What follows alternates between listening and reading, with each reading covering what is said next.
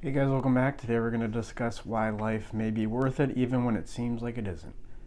Nerd. So we got a question here from a listener whose job is, well, it doesn't matter what her job is, but part of her job is helping people deal with chronic pain. I mean, we're talking physical pain, not so much psychological pain, although of course there's psychological pain tied up in there. And, these people have real issues, perhaps from an accident, perhaps from some genetic issue. They have real issues, and they're never going to live without this pain. It's always going to be there. So, a question that comes up, that of course comes up, is what's the point of even living? If I have to deal with this pain for the rest of my life, and there's effectively nothing I can do about it, what's the point of even continuing this thing that we call life? And her response, well, part of her response so far has been this. What she says is, you don't kill yourself to honor the good in yourself. And I think that's true, but I'm not sure that goes deep enough, and I'm not sure it's specific enough. But I think she's on the right track. Let's just go a little bit deeper with it. Most of us don't have some chronic pain issue, but I think that there are going to be lessons here that we can all learn from. I think which may indicate what my answer is going to be. So I think what's going on here effectively is an existential crisis. I mean, that's when you get to a point in your life. I definitely got to a point of it in my life. You don't really get into studying philosophy without some kind of existential crisis, and you ask yourself, what does it all mean? What's the point of even being alive? Let's say you have some perhaps lucrative, somewhat prestigious career ahead of you. And what's the point of even doing that if I can't even justify being alive, right? How can I justify this career and doing this thing, getting a house and doing everything that you're, quote, supposed to do? How can I justify doing that when I can't even justify being alive? So what you do is you turn to philosophy. You guys know I studied philosophy in college, much to the chagrin of my father. And you do get some answers if you know the philosophers to listen to. And I got some answers. So let's just go through a few of those, and then I'm going to make sense out of it. So the three philosophers that influenced me the most when I had my existential crisis that lasted 6 years from 19 to 25, the three were Goethe, Nietzsche, and Viktor Frankl. Not necessarily in that order chronologically, but not necessarily, that's not how I approached it. But what does Goethe say in Faust? Well, in Faust Part 1, what does Faust do? He makes a big mess out of his life. He ruins Gretchen's life, right? She kills her baby, she's in jail. And it's all because he did something that he knew he wasn't supposed to do. He knew he wasn't supposed to do this thing, and he caused all these problems because of it. And that's the end of Faust 1, but there's also Faust Part 2, and how does Faust deal with this terrible situation? How does he deal with the tragedy that he made his life into? Well, Goethe's answer is, in a sense, is you make it mean something. You connect the dots, so to speak. You learn more about yourself, and by learning more about yourself, you learn more not only about your existence on this earth, but you learn more about everybody's existence on this earth. There's a lot of abstract symbolism in there. Maybe I'll do a presentation on that one day. I think that may be good, but it's too much to go into now. But that's essentially the point of Faust Part 2, is you make it mean something. You understand your life now more because you totally messed it up in the first part of your life. And then Nietzsche says a lot about this existential crisis in an indirect way. I mean, I know Goethe is not an existentialist, but there's definitely a lot of overlap there. Nietzsche is, of course, more of an existentialist. And I think his predicament of, the errant horse running you over, like, he says you could step out on the street and some errant horse and buggy could come and run you over for no fault of your own. This is not, by the way, this is not the Turin horse.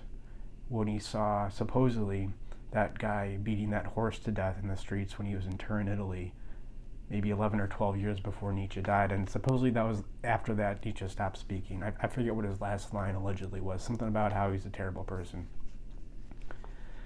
So this isn't the Turin horse. This is another, I guess, somewhat of a thought experiment, you could say, is he says, yeah, some errant horse could come out and run you over and there's nothing you could do about it. I don't think that's true, by the way. I mean, you can obviously look both ways.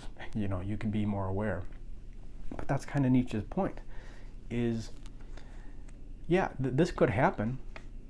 Let's just say it's true. Let's just say an errant horse and buggy could come in and take you out and kill you, and it's no fault of your own. This could happen, and this may seem that life is meaningless, but at the same time, if you can make this to mean that life is meaningless, through the same reasoning, you can make it mean that death is meaningless. So isn't it interesting that you would choose to say life is meaningless as opposed to death is meaningless?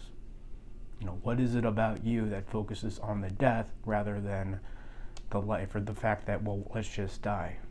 Well, yeah, you could do that, but that would be meaningless too, in a sense. You're not getting out of the existential crisis, in a sense, by killing yourself. And of course, Viktor Frankl, in Man's Search for Meaning, what he talks about is you have to create meaning for your life. Not dissimilar from what Nietzsche says about the horse and buggy. I know we think of Nietzsche as focusing on power. Life is about getting power. Viktor Frankl says, no, life is about meaning. That's not really what... That is what Viktor Frankl says, but that isn't really what Nietzsche says, I would say. That part of what he says, I'm not a Nietzsche scholar, but I would gladly go toe-to-toe in a debate with anybody about that. You have to divide Nietzsche's life up into two parts to really understand it. It's birth of tragedy and before, and then after the birth of tragedy. But these were, answers that I got that really helped me deal with any kind of existential crisis I had. And the point here is essentially, you got to make meaning. You got to make meaning out of your life, which is kind of an answer. And we could get into specifics of Faust Part 2, what that means. But how I think of it, analogy time, just to make it more concrete for us to understand, how I think of it is as a lens. You're living your life and things seem to be going well. Now let's say you have a chronic pain issue. You were in some car accident and now you have a chronic pain issue and there's nothing you're going to do about it. Well, okay, that's painful, right, by definition, but also with that pain, now you have a lens. Now you have a lens through which you can look into your psyche. You can polish the lens, and you can, by focusing on and creating connections, we'll get to it, out of the lens, you can not only polish the lens to shine light on different parts of your psyche in a more definite way, different parts of your psyche that you never would have been able to see without this lens, i.e. the pain. That's very much what happens in Faust Part 2. Now you have a lens where you can be more aware, not only of your life, but like in Faust, of everybody else's life.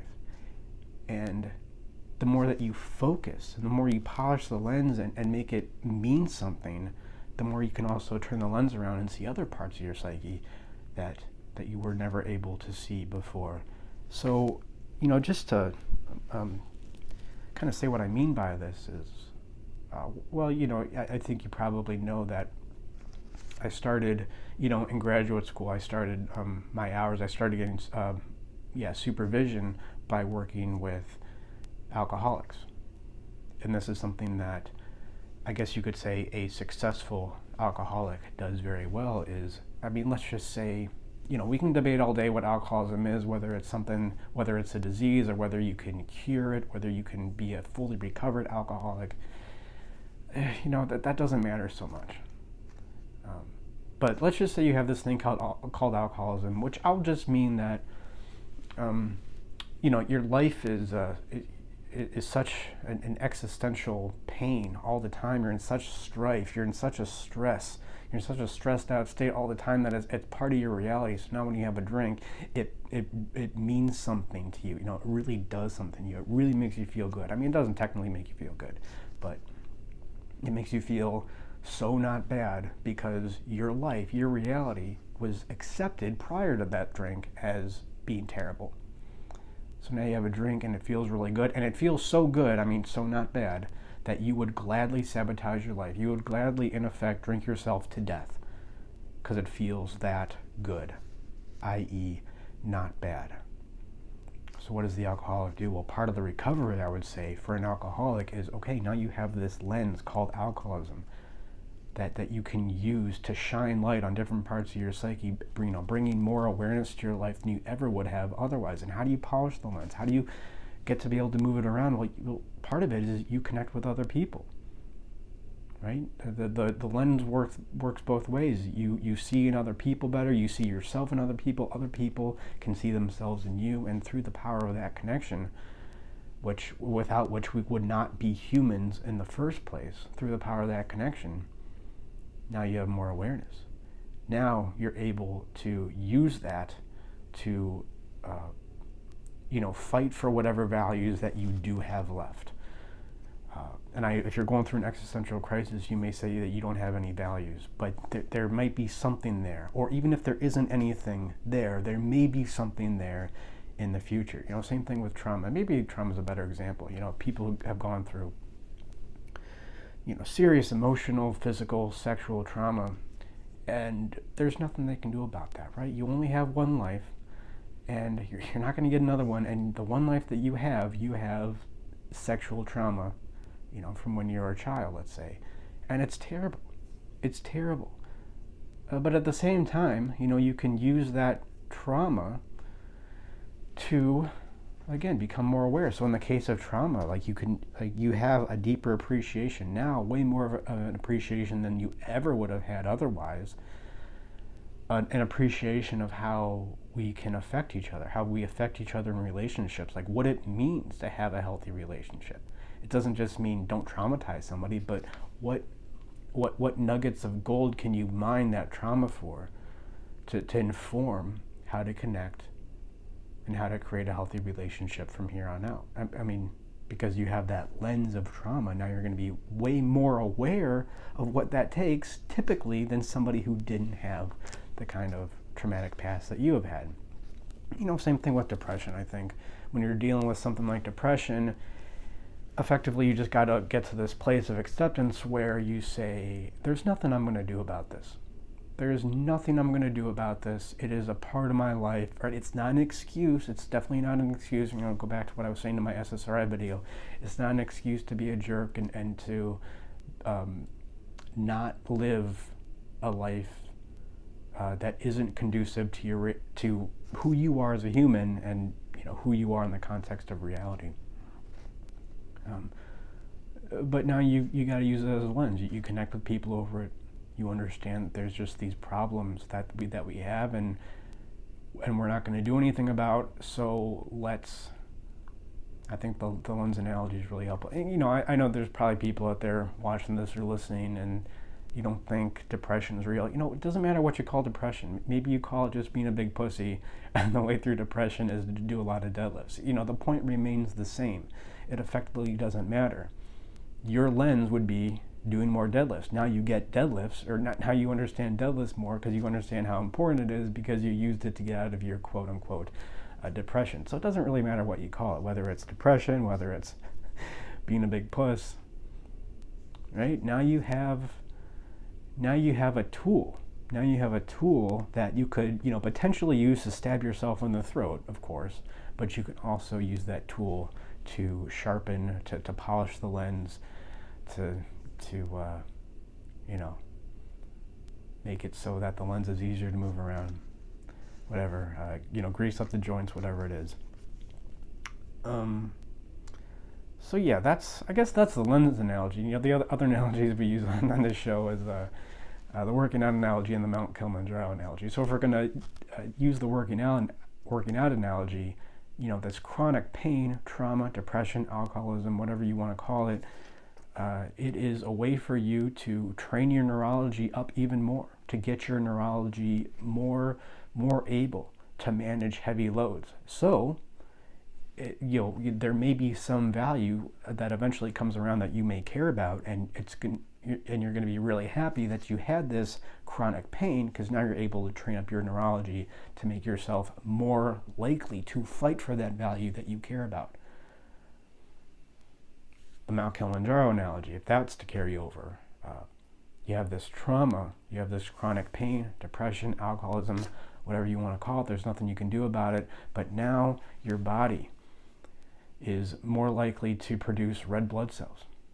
So you're more able to get to the top of Kilimanjaro without passing out. Now, you could say, well, there's nothing at the top of Mount Kilimanjaro. Okay, well, maybe there isn't. But also maybe there is. And if there isn't anything at the top of Kilimanjaro, to go back to what Nietzsche says, it doesn't make any difference. It's the same thing as saying there is definitely something at the top. It's just as meaningless either way. So why are you focusing on just staying where you are on the side of Mount Kilimanjaro without going anywhere? So I guess the main thing here is, look, this is an issue we all face. Even if you don't have chronic pain or alcoholism or trauma or depression, this is an issue we all face. I mean, how could you not ask yourself if what we do in our life, if it really matters? I think we all get to a place where we ask ourselves. I was just watching this documentary about Da Vinci, and he died 500 years ago. And it's like, I don't know. Am I just being depressive? But I just think, does it even matter? I mean, yeah, we have these paintings and they're cool to look at. I get it. They're really important, you could say it. But even after 500 years, does Da Vinci really matter that much? I don't know. And he's 100 times smarter than I will ever be. So you can kind of think like, man, I'm a big loser by comparison. So it's easy to talk yourself. I mean, you can do that. You can talk yourself into it. And, there's a truth to it, because we're all just maybe a few generations away from total obscurity. So if you do struggle with something like chronic pain or depression or alcoholism or trauma, I mean, you have a lens now. You have a lens into a problem that we all face from time to time. And you facing that issue, you polishing your lens, you bringing more awareness, you training up your neurology, your red blood cell count, you doing all that, it makes it more likely for the rest of us to do it. And again, maybe there's nothing on the top of Kilimanjaro, but maybe there is. And maybe it matters, maybe it doesn't. I'm not sure it's really meant for us to say, especially when we're going through some kind of existential crisis. So, meaning, connection, right? I mean, what does it actually mean to have meaning? How do you polish that lens? How do you turn the lens around to different areas of your psyche, of your unconscious? I mean, that's something that we can help you with here. We have a way of looking at emotions. There's, I think, a definite structure for emotions, and what this allows us to do is to talk through our emotions to become ever more aware of what is in our unconscious. This is the ultimate lens polish. This is the ultimate lens axle grease, if you want to call it that. So we can be the most aware that we can be, because we might need it. We might need it one day. If you're interested to find out what we do or to learn more about what we do free consultations, animusempire.com/schedule. Thank you guys. And remember, if you're going through an existential crisis, the way through it is to let other people know that you go through the same thing they go through.